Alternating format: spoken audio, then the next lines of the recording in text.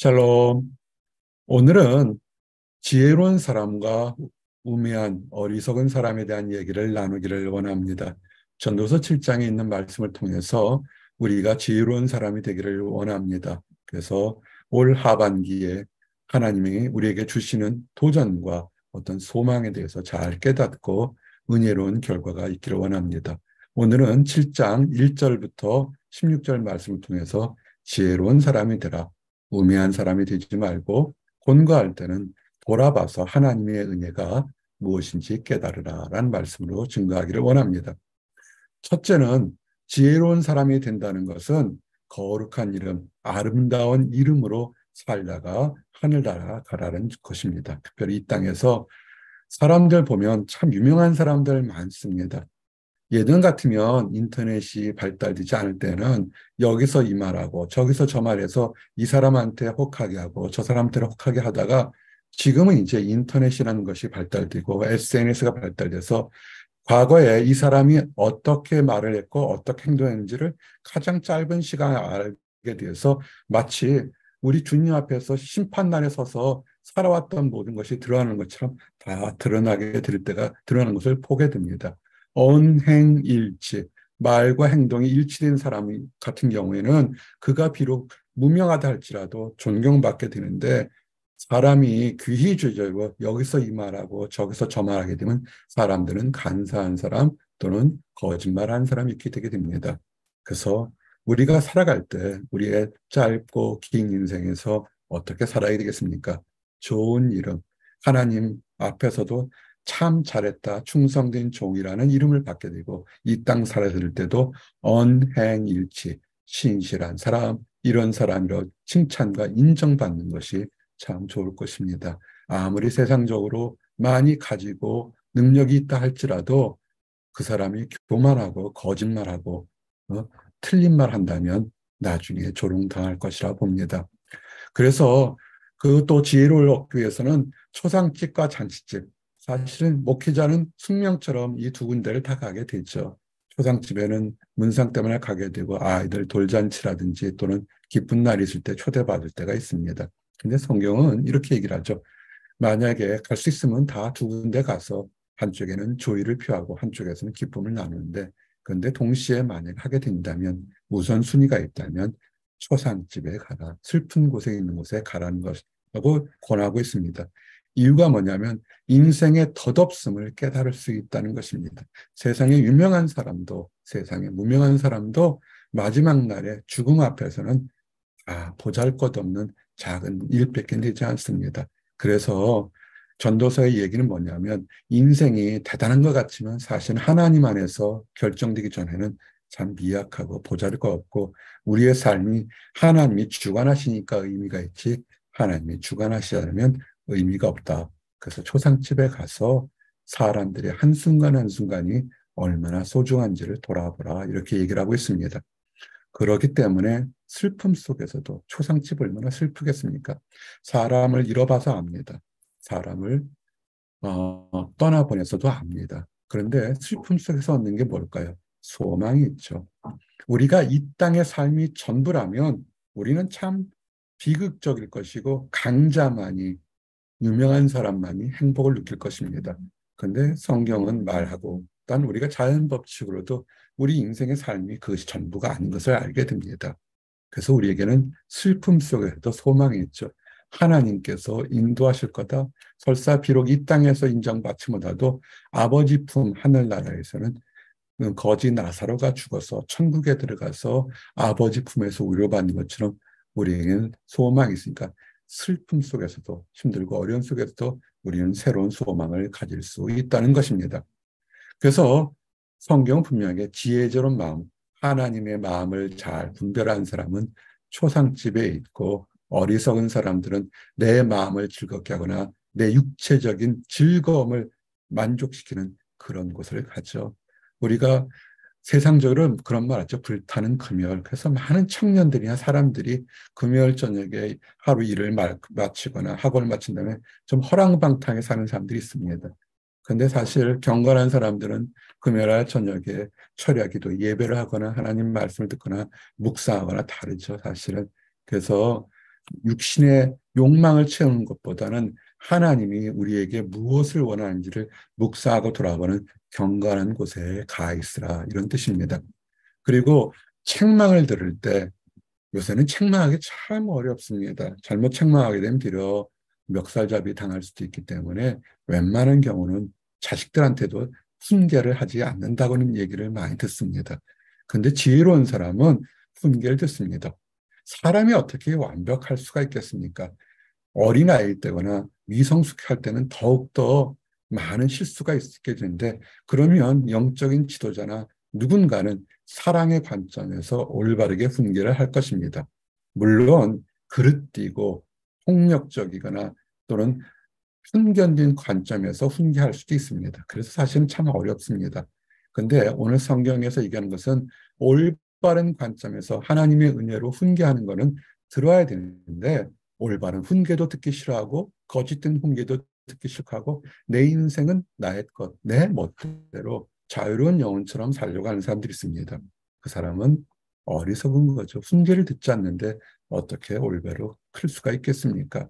그래서 성경은 7장 6절 10절처럼 직접적으로 우매한 자, 어리석은 자가 되지 말라. 어리석은 자의 웃음소리는 솔 밑에 가시나무 같다는 소리 같으니, 도시 생활에서 잘 모르실 거예요. 작은 목장을 어릴 때 시골서 커서 이 밥을 할 때 아궁에 그 나무를 떼서 했던 그런 시절이 있습니다. 그럼 나무가 마른 나무 같으면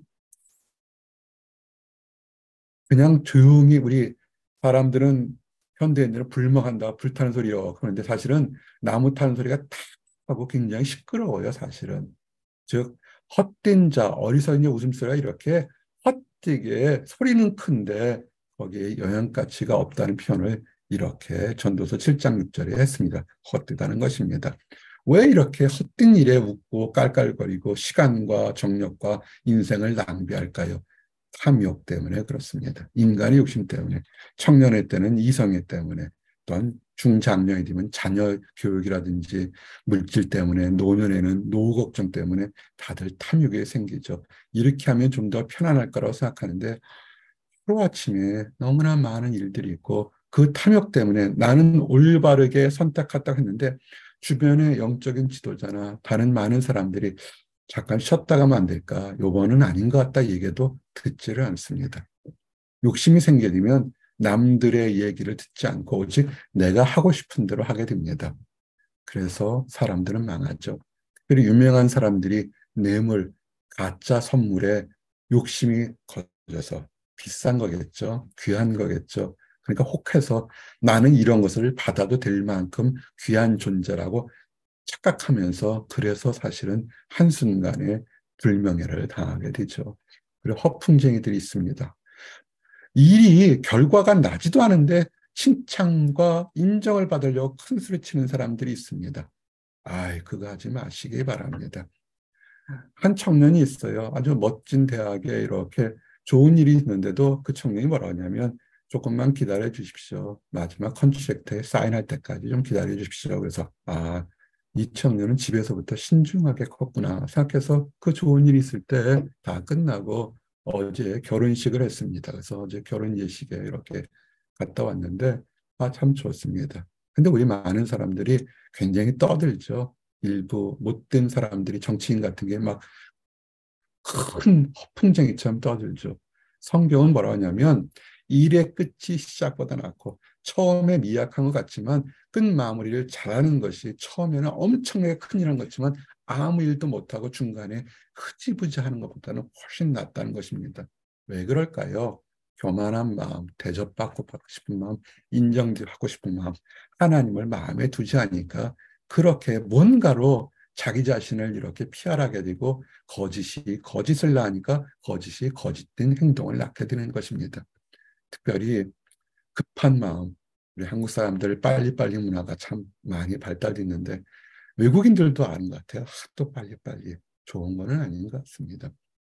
특별히 크리스천들에게 급한 마음으로 상대방 얘기나 환경을 다 깨닫지 못고 소리부터 버럭 지르고 화를 내게 된 것은 한마디로 우매한 사람, 어리석은 사람이라는 것이죠. 좀 참고 인내하는 사람이 지혜로운 사람이 될 것입니다. 이 단어 쓸까 말까 하다가 꼰대란 말을 썼습니다. 영적으로 어리석은 사람. 참 이거 비속어죠, 사실은. 그래서 설교에서 비속어 쓴 거 여러분이 이해하시고요. 옛날이 오늘보다 나은 것이 어찌냐 하지 말라. 현대말로 신앙생활이면 우리 때는, 나 때는, 나는 이렇게 안 했는데 왜 너는 이렇게 하냐고 상대방을 비교하고 정죄하고 문책한 것입니다. 이것처럼 어리석은 것이 없어요. 환경이 다르고요. 사람이 다르고 하나님의 섭리가 다르고 계획이 다릅니다. 우리가 과거에 은혜 받았으면 감사합니다 하면서 다른 사람에게 기다리고 인내할 포용력이 있어야 되고 또 젊은 사람들도 교훈을 받아야 되는 것이 있습니다. 하여튼 이렇게 자기는 옳고 상대방은 틀리다고 생각하는 헛된 교만함과 어리석음은 이건 어리석은 것입니다. 그래서 이제 세 번째 마지막으로 지혜롭게 살려면 어떤 거냐면 힘들고 어려울 때 돌아보십시오. 뭘 돌아보냐면 하나님이 우리를 어떻게 인도하셨는가. 지혜는 유산같이 아름답고 이 지혜가 뭡니까? 세상에 있는 것은 지식, 난리지고요. 지혜는 위지덤이겠죠. 하나님의 지식, 하나님의 지식인 지혜는 우리에게 남겨진 유산 같아서 아무것도 없다 할지라도 인생을 윤택하게 하고 새로운 길을 열어주실 겁니다. 우리가 지금 데들락처럼 What shall I do? 내가 지금 어떻게 해야 될까? 이렇게 막막할 때는 하나님의 지혜를 다 썼거나 부족해서 그렇습니다. 하나님의 지혜를 구하시기 바랍니다. 지혜의 능력은 뭐냐면 돈과 같아요. 돈이 많은 사람도 어떻습니까? 나쁘다, 좋다를 편하기 전에 우선은 편하고 능력이 있죠. 돈을 쓰기 때문에 필요한 것들을 채우게 됩니다. 하나님의 지혜도 있습니다. 그렇습니다.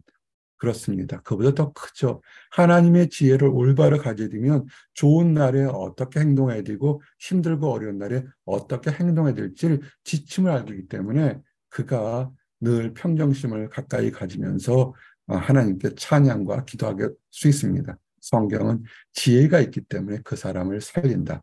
죽을 환경, 다 사망의 음침한 골짜기에서도 하나님께 지혜가 있으면 그를 인도한다는 것입니다. 지혜가 있는 사람은 어떨까요? 내 생각과 내 판단으로 하지 마십시오. 사람을 보지 마십시오. 하나님이 행하시는 일을 보십시오. 늘 말씀드리는데 사람은 불완전합니다. 사람은 완전하고 인간의 사랑은 온전하고 완벽하다 그러면 할 말이 없습니다. 거기서 엄청난 어려움을 겪어야만 인간이 불완전하고 탐욕적이고 이기적인 것을 깨달을 것입니다. 사람은 불완전한데 불완전한 사람이 완전한 것을 추구하게 되면 출발점 자체가 불완전하기 때문에 그 완전한 만든 것 결국은 불완전한 것입니다. 근데 왜 사람을 의지하고 환경을 의지합니까? 사람은 사랑할 존재고 환경은 다스릴 존재입니다. 힘들고 어려울 때, 문제가 있을 때 하나님이 행하셨던 일을 돌아보시기 바랍니다. 우리 인생에 굽혀졌고 막혔던 것을 똑바로 피고 새로운 길을 여셨던 것은 하나님의 자비하심이었던 것을 기억하시기 바랍니다. 늘 말씀드리지만 우리는 내일 일을 알지 못합니다. 자동차를 몰 때마다 가끔 좀 먼 거리 가면 식겁할 때가 한두 번이 아니었습니다. 습관적으로 건널목에서 1,000, 2,000, 3,000 한 번, 두 번, 세 번 쉬고서 딱 봐도 건너가게 하죠. 운전면허 시험 볼 때 그렇게 해서 가야만 패스를 하죠. 근데 좀 여유 있으면 운전이 익숙해졌다. 그냥 딱 가는데 원칙대로 할 때가 참 많습니다. 작은 목자 고지식할 때도 있어서. 그런데 갑자기 차가 없었는데 그거 1,000, 2,000, 3,000 마음속에 휘고서 딱 보는데 갑자기 안 보이던 차가 휙 하고 지나갈 때가 참 많습니다. 얼마나 놀랐는지 몰라요. 큰 사고 날 뻔했죠. 우리는 내일 일을 알지 못해요. 그런데 왜 교만하거나 왜 낙심하십니까? 교만도 문제지만 또 지나치게 낙심하는 것도 문제입니다. 세상 망한 것처럼. 세상 망해도 우리는 하나님 품에 들어가는데 뭐 이렇게 낙심할 게 있습니까? 성경은 이 얘기를 하죠. 형통한 날에는 기뻐하십시오. 감사하십시오. 할렐루야. 누구한테? 하나님께. 좋은 일이 있는데 감사하지 않아요. 감사도 표현을 못해요. 예물을 드리는 건 그건 꿈도 안 꿔요. 주변에 함께했던 사람들에게 감사라는 텍스트 못하는 사람 참 많습니다. 교만함 때문에 그래요. 내가 한 거지 네가 한 게 아니라는 생각. 그리고 곤고한 날엔 너무도 자지러져 버려요. 인생이 지구가 멸망한 것처럼. 아니죠. 이스라엘 백성들이 광야에서 40년을 준 훈련이 뭐였습니까? 먹을 것도 마실 것도 입을 것도 없는 곳에서도 의복이 헤어지지 않고 40년 동안 수백만의 사람들을 먹이고 입혔던 것은 하나님께서 인도하시면 인도함을 받는다는 것이죠. 바벨론의 포로에 가서도 70년 만에 다시 살던 곳으로 돌아가겠다는 약속이 다 무슨 뜻입니까? 인간은 포기하지만 하나님께서는 길을 만드시면 만드실 수 있다는 것입니다. 그리고 이렇게 우리가 내일을 알지 못하는 것은 장래를 알지 못하기 때문에 하나님 앞에 겸손하고 우리는 하나님의 도우심을 받아야 되는 전적인 피조물이라는 사실을 다시금 깨달아야 됩니다. 그리고 너무 열내지 마십시오. 세상은 불공평하고 불공평한 사회입니다. 악인들은요, 죽을 때도 고통 없이 편하게 죽어요. 아주 대대로 그 물질이나 환경이 대물림할 때가 있습니다. 그런데 의인들, 하나님을 잘 믿는 사람들 중에서 오히려 세상 사람들이 아니 저렇게 착하고 선했는데 왜 저렇게 비참하게 죽을까요? 하나님은 계시지 않나 봐요 할 정도로 그렇게 살다가 가시는 분들도 굉장히 많습니다. 의롭다고 다 선을 사는 거 아닙니다. 우리가 착각하지 마십시오.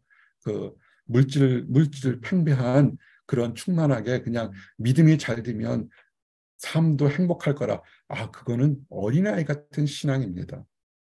하나님께서 믿음이 좋으면 형통하게 이기를 인도하시는 거 맞습니다. 그렇지만 또 하나님 뜻이 있으면 또 그 믿음이 좋은 사람에게 곤고하거나 무명하거나 대접받지 못한 환경 속에서도 나중에 하나님 뜻을 더 드러나고 인도하시는 것이 있습니다. 12 사도들이 그랬고 수많은 교회의 지도자들이 그들이 이 땅 살 때는 무명하게 살았지만 그러나 하늘의 별처럼 아름다운 이름으로 기억되고 있는 것을 늘 기억하시기 바랍니다. 그래서 우리는 교만하지 마십시오. 이 말씀을 잘못 이해하면 공부도 하지 말고 그냥 지나치게 지혜져도 되지 말라. 공부하기 싫은 사람 참 좋죠. 그래, 공부 왜 하냐? 하나님도 공부하지 말라는데 그것이 아니라 여기 지혜자는 스스로 지혜인 척하는 사람입니다.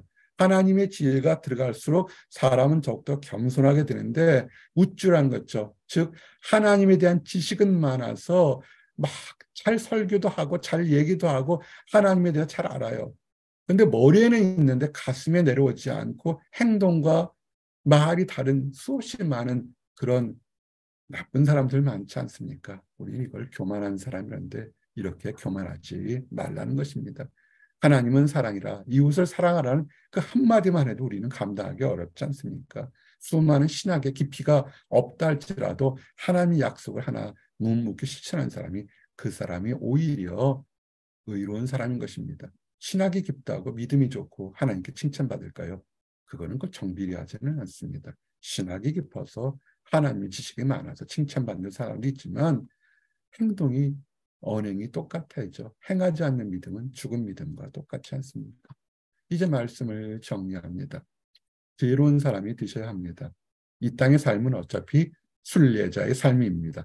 잠시 살다가 거쳐가는 삶입니다. 그래서 이 땅에서 최선을 다해 사셔야 돼요. 순례자의 삶이라고 포기하고 그냥 아무것도 하지 말라. 그러지는 않았죠. 예레미야서 의 말씀에 바벨론의 포로 간 사람들에게도 낙심하거나 자포자기하지 말고 그곳에서도 최선을 다해서 가정을 이루고 자녀를 낳고 그 다음에 이방인들 그를 핍박하고 그를 죽이려 했던 사람들까지도 그 성읍을 위해서 기도하라는 것. 즉 우리를 통해서 하나님의 사랑이 동심원처럼 퍼지도록 최선을 다하라고 했습니다. 그래서 우리에겐 직장을 주시고 가정을 주시고 사유와 이웃을 줬으면 우리는 최선을 다해야 돼요. 게으르면 안 됩니다. 최선을 다해야 됩니다. 그리고 하나님 말씀을 깨닫지 못하는 우매한 자, 욕심이에요. 정욕 때문에 우리는 우매한 자가 되는 함정에 참 잘 빠지게 됩니다. 내가 보암직도 하고 먹음직도 하고 지혜롭게 탐스럽게 할 만한 것에 사람들은 빠지게 됩니다. 그게 아니라 하나님 말씀 뭐였습니까? 하지 말라는 거였죠. 그리고 돌아보십시오. 지금까지 지내온 것 주님의 크신 은혜로 우리가 여기까지 왔습니다. 그럼 앞으로도 우리를 인도해 주실 것입니다. 이제 우리가 있을 때 힘들고 어려운 곳에 있을 때 우리 삶의 궁극적인 목적인지 돌아보는 하나님 앞에 성숙한 믿음 올바른 믿음이 드는 나와 여러분이 되시길 원합니다. 기도하시겠습니다. 하나님 감사합니다. 지혜자의 마음은 초상집에 있다고 한 것처럼 힘들고 어려운 환경 속에 슬픔 속에서도 소망을 발견하고 하나님의 새로운 섭리를 깨닫는 아버지, 힘든 환경이 오히려 승리의 환경, 믿음의 성장의 환경으로 변화되는 지혜를 갖는 우리 모든 사람들이 되도록 허락하여 주시옵소서. 세상은 변해서 더욱더 눈에 보암직도 하고 먹음직도 하고 지혜롭게 탐스럽게 할 만한 이 많은 유혹들이 널리 펴진 세상 속에서 하나님의 뜻을 잘 깨닫고 하나님 앞에서 아름다운 이름으로 살다가 하나님 나라에 들어가도록 우리를 보호하시고 인도하여 주시옵소서. 아직 하나님을 알지 못해서 세상의 지식에 따라서 세상의 유혹에 따라 살아가서 힘들고 어려운 사람들이 있습니다. 참된 하나님의 지혜를 발견해서 이 땅에서도 은혜롭고 하나님 나라에서도 축복이 넘치는 삶 살 수 있도록 인도하여 주시옵소서. 늘 감사드립니다. 예수 그리스도 이름 받들어 기도드렸습니다. 아멘.